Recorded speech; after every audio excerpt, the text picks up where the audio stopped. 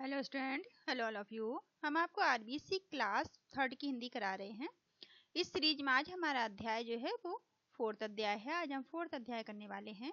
इसके first part में हम इसकी स्टोरी देखेंगे, इस पार्ट को पढ़ेंगे और इसके सेकंड अध्याय में फिर हम इसके क्वेश्चन आंसर करेंगे। तो आप मेरे साथ वीडियो में बने रहिए।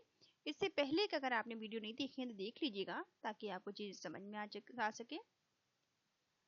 चलिए शुरू करते हैं। इसका नाम है स्वर्ण कुमार। इसमें श्रवण कुमार की कहानी के विषय में बताया गया है, जो कि अपने माता पिता की बहुत सेवा करते हैं। अपने माता पिता के आज्ञाकारी बच्चे हैं। वो उन्हें किस तरह से 4 धाम की यात्रा के लिए ले जाते हैं।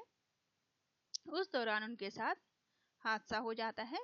यही इस कथा में बताया गया है, इस कहानी में बताया गया है। तो चलिए शुरू करते हैं। बहुत समय पहले की बात है, स्वर्ण कुमार नाम का एक बालक था। बहुत समय पहले की बात है कि स्वर्ण कुमार नाम का एक बच्चा था, एक बालक था। वह बहुत ही आज्ञाकारी और अपने माता पिता का आदर करने वाला था। जो बच्चा था वो श्रवण कुमार, जिसका नाम था, बहुत आज्ञाकारी था और अपनी माता पिता का आदर करता था। उसके माता पिता बहुत बूढ़े थे और देख नहीं सकते थे। जो श्रवण कुमार बच्चा था, उसके माता पिता बहुत बूढ़े थे और वो देख भी नहीं सकते थे, वो आंखों से अंधे थे। यहाँ पर आपको एक पिक्चर दिखाई दे रही होगी। ये देखिए, श्रवण कुमार उनके माता पिता की पिक्चर है ये।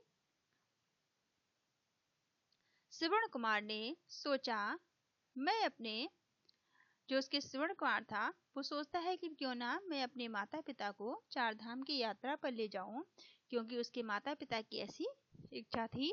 श्रवण कुमार अपने माता पिता की हर आवश्यकता का ध्यान रखता था। जो श्रवण कुमार अपने माता पिता की हर एक आवश्यकता का ध्यान रखता था और उनकी हर बात मानता था।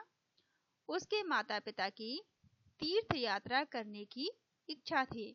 उसके माता पिता की ऐसी इच्छा थी कि वो भी तीर्थ यात्रा करें, लेकिन वे खुद चल नहीं सकते थे। लेकिन वो बहुत ज्यादा बुजुर्ग थे और देख भी नहीं सकते थे, इसलिए वो खुद नहीं जा सकते थे। श्रवण कुमार ने सोचा, मैं अपने माता पिता को कंधों पर बैठाकर तीर्थ यात्रा कराऊंगा। तो श्रवण कुमार सोचता है, क्यों ना मैं अपने माता पिता को अपने कंधों पर बिठाकर उन्हें तीर्थ यात्रा कराऊं। उसने एक मजबूत बांस की सहायता से एक कावड़ बनाई। उस कावड़ में 2 टोकरियां लटकाई। ये आपको 2 टोकरियां दिख रही होंगी, एक ये और एक ये कावड़ उसने बांस की सहायता से बनाई और उसमें 2 टोकरियों को लटका दिया। उस कावड़ में 2 टोकरियां लटकाई, जिनमें अपने माता पिता को बैठाया और अपने कंधों पर उठाकर पैदल ही यात्रा पर निकल दिया।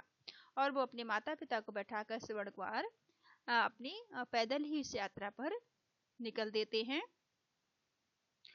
वह जंगल, पहाड़, नदियां पार करता हुआ माता पिता को यात्रा करवाने लगा।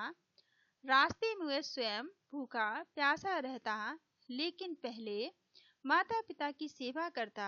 वह दिन रात बिना रुके चलता रहा। एक दिन जब जंगल से गुजरते समय उसके माता पिता को प्यास लगने लगी, पर वह पानी लेने नदी पर गया।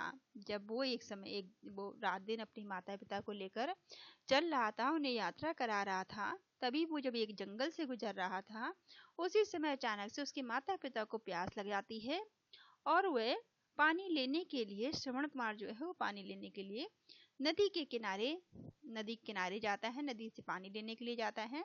तभी राजा दशरथ शिकार खेलने आए। तभी राजा दशरथ जो थे वो भी वहां पर शिकार खेलने के लिए आते हैं। उन्होंने नदी के पास पानी भरने की आवाज सुनी और वो ये आवाज सुनते हैं कि नदी में कोई पानी भर रहा है, तो उससे आवाज आ रही है और समझा कि कोई जानवर पानी पी रहा है। राजा दशरथ जो थे, उन्हें ऐसा लगा कि जैसे शायद कोई जानवर है नदी के किनारे जो कि पानी पीने आया है। उन्होंने तीर चला दिया, जो जाकर सीधे पानी भर रहे श्रवण कुमार को लग गया।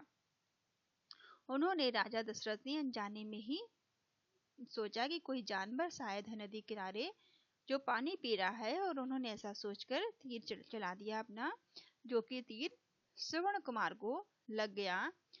जब राजा दशरथ वहां पहुंचे तो देखा कि उन्होंने गलती से एक निर्दोष बालक को घायल कर दिया है, जिसका नाम श्रवण कुमार है। श्रवण कुमार ने अपनी अंतिम सांस लेते हुए राजा से कहा, राजन, कृपया मेरे माता पिता को पानी पिला दीजिए।